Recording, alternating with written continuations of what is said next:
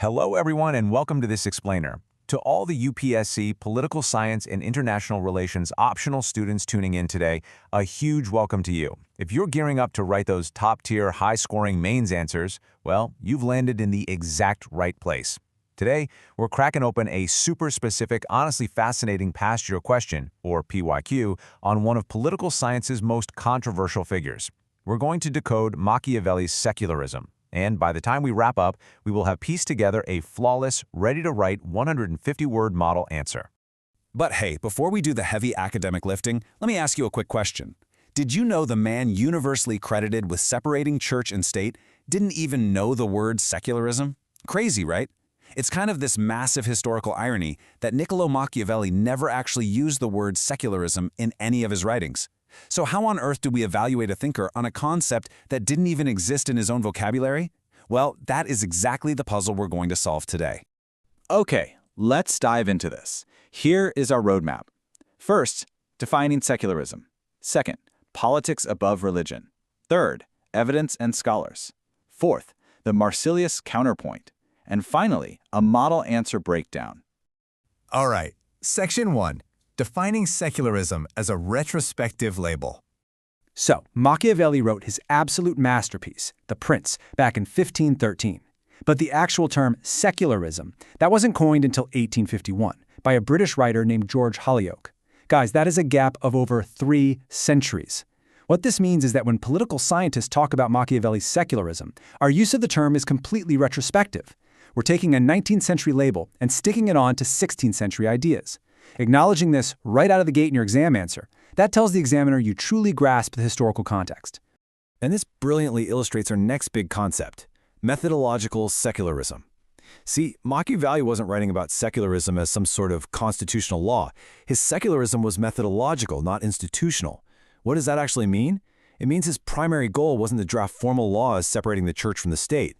Instead, he wanted to free the whole method of political analysis from that heavy, restrictive framework of theology. He literally wanted to study politics as an autonomous, independent science based on how men actually live rather than how the church said they ought to live. Moving on to Section 2. Politics above religion. Now, there is a massive misconception out there that Machiavelli was fiercely anti-religion and just wanted to destroy it. Actually, scratch that, he didn't. He didn't reject religion entirely. Rather, he looked at it through a purely utilitarian lens. For Machiavelli, religion was an instrumentum regni. That's a Latin term meaning an instrument or a tool of the state. He realized, religion is incredibly useful for maintaining social order, building unity, and making sure citizens actually obey the law. But make no mistake, in his framework, the state is absolutely supreme. Religion is just a subordinate tool to serve the state's interests. This functional view of religion also bled into his view of ethics, and this is where things get really controversial. Machiavelli aggressively separated politics from traditional Christian morality.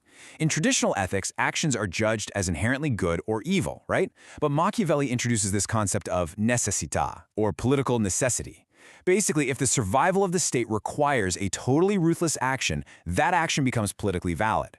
Now, you've definitely heard the phrase, the ends justify the means. It is absolutely crucial to note for your exams that this exact phrase doesn't literally appear in The Prince. It's actually a later scholarly simplification of his concept of necessità.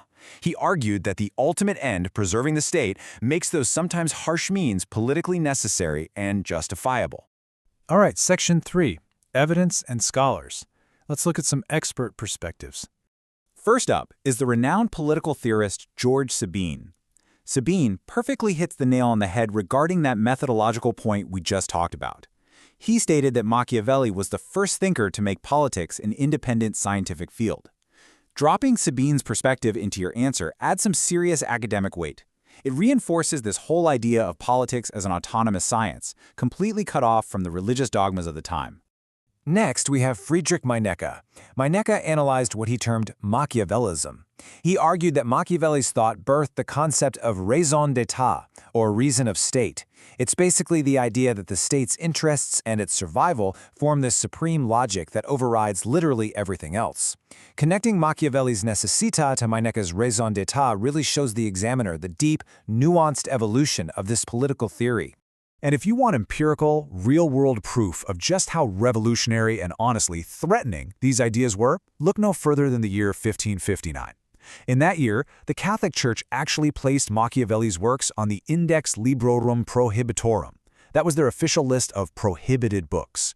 This wasn't just some mild academic disagreement. The religious authorities of the day realized that treating religion as a mere tool of the state was incredibly radical and a huge danger to their power. Mentioning this 1559 index in your answer gives you rock-solid empirical evidence of his disruptive secularism. Section 4. The Marcellus counterpoint, which is a crucial distinction to make. You know, it's a super common misconception that Machiavelli was the absolute first person to ever suggest separating church and state. But if we rewind all the way back to 1324, we see that in his work Defensor Paces, way before Machiavelli was even born, Marsilius of Padua had already proposed the institutional separation of church and state. By bringing up Marsilius, you're showing the examiner a top-tier level of understanding. You demonstrate that Machiavelli's true contribution wasn't necessarily being the first to have the idea, but rather being the guy who stripped away all the theoretical fluff and made it systematically practical. So the crucial point is how we actually categorize Machiavelli's brand of secularism in the end. We really shouldn't call it modern institutional secularism. Instead, the most accurate, high-scoring term to use is functional secularism. It's functional because religion is kept around purely for its utilitarian purpose, to serve the state. It totally lacks the complete constitutional separation that we see in modern democratic states today. Okay, Section 5, Model Answer Breakdown. Let's synthesize all of this. We're going to build this answer chunk by chunk. We begin by immediately setting the historical context. Quote, though Holyoake coined secularism in 1851, scholars retrospectively see Machiavelli starting the secularization of politics. This establishes your timeline right out of the gate. Next, we deploy our absolute most valuable phrase. You continue? It is methodological, not institutional, freeing political analysis from theology, not institutional church-state separation. If the examiner sees methodological, not institutional, they instantly know you have a deep conceptual grasp of the topic. Then, we address the role of religion succinctly. He doesn't reject religion but views it as instrumentum regni, a state's tool. The state is supreme. Dropping in that specific term, instrumentum regni, adds that nice academic polish examiners are always looking for. We follow this by connecting religion to ethics. He separates politics from morality. Necessita becomes valid, reflecting the simplified idea that ends justify means. Here, you're showing you know the popular phrase, but you correctly attribute it to his actual original concept of necessita. Now, we pack a massive punch of evidence into two tight sentences. Meineke notes this as the origin of raison d'etat. In 1559, the Church banned his works via the Index Librorum Prohibitorum. In just a few words, you've provided scholarly backing and undeniable historical proof. Finally, we conclude with this synthesis. Marsilius of Padua in 1324 proposed this earlier. Machiavelli made it practical. Hence, it's functional secularism. This perfectly wraps up his philosophy under the exact right term, leaving us with a powerhouse 150-word synthesis. We have covered a lot of ground today, turning some pretty complex political theory into a structured, highly scoreable exam answer. But I want to leave you with a thought that goes a bit beyond the syllabus.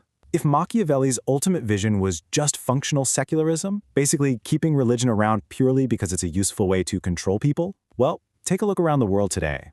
Are our modern states truly constitutionally secular? Or, behind closed doors, are politicians still just using religion as a modern instrumentum regni? Keep questioning, keep analyzing, and good luck with your studies.